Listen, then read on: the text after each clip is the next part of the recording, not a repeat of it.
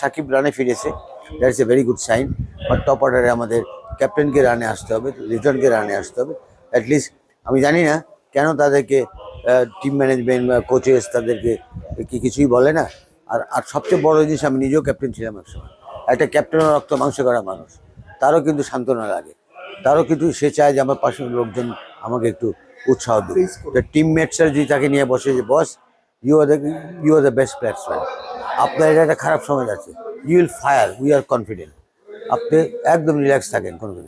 কারণ একটা ক্যাপ্টেন যখন খারাপ করে, ভালো খেলতে পারে না, এটা পরোক্ষভাবে একটা নেতিবাচক প্রভাব ফেললে পড়ে। বাট এইখানে যদি টিমমেটসে তাকে ওই উৎসাহটা দেয়, টিম ম্যানেজমেন্টে উৎসাহ দেয়, দেন ওখান থেকে সে বেরিয়ে আসবে যদি তার অল্প কিছু ওই সমস্যা থেকেও থাকে। তা আমি বিশ্বাস করি আজকে আমরা খেলা দেখতে যাব। ঈদের আগের দিন ঢাকায়, বাংলাদেশে আমাদের ঈদ হচ্ছে, সবাইকে ঈদের শুভেচ্ছা। তবে আশা করব যে একটা ভালো ক্রিকেট খেলে আমরা আজকে এই ম্যাচটা জয় করব।